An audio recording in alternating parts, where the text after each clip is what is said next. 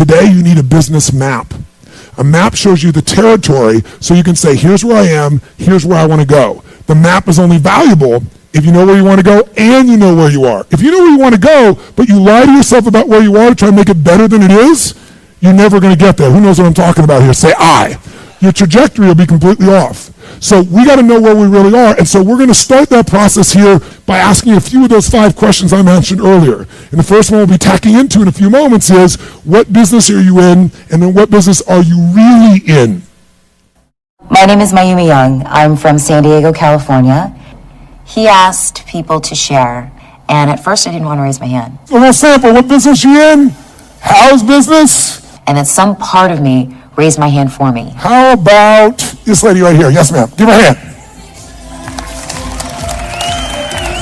Tell us what's your business and how's business? So my business is, it's called CPA Moms, and the first question is difficult to answer because I've changed the business. I stood up and said, well, I don't even know what business I'm in. I've tried this business, and then I changed it to this business, and then I changed it to this. And he stopped me immediately. And immediately the intervention began. So when she says, all my pain comes because I can't make that decision, that's not the first time she said that. So all progress comes when we blow through the limiting story. So tell me, what is the benefit of your business? Well, CPA Moms is what we call the eHarmony of the accounting world. So our job is to find talented CPAs who are underutilized, who are moms, who come back in the industry to serve entrepreneurs, providing affordable bookkeeping and tax solutions nationwide. Okay, now how many think that there's probably a market for that? Raise your hand if you think there's a market for that. Okay, now, so here we have a great idea with terrible execution. He started sharing with me things about my journey that the little bit that I shared, no one could know.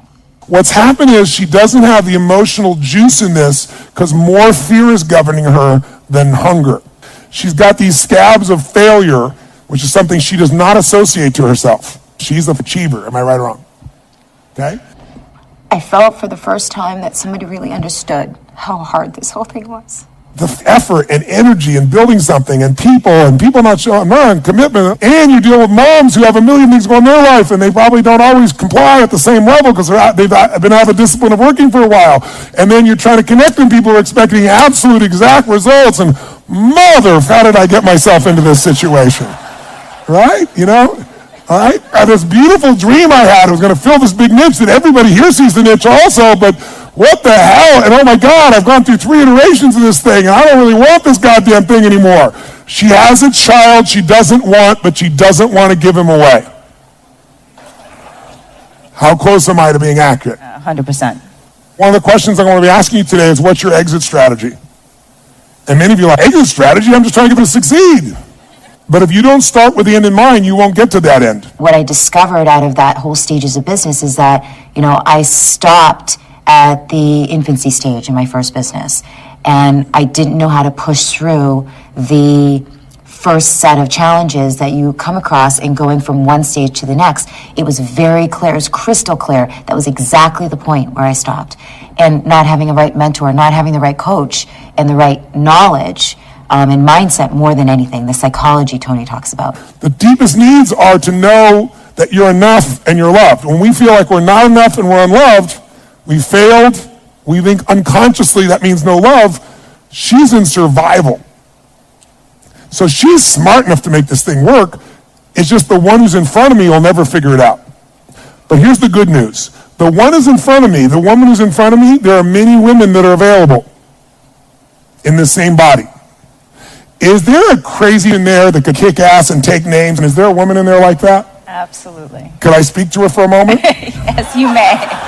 When he said, just exchange, don't change, I realized that all parts of me were valid. Okay. Get a mentor, get a coach, take Yes. that action. That's the first thing that needs to happen. Implement the 7-7, Yes. get that in motion immediately, put things in existence that we know need to happen. Yes.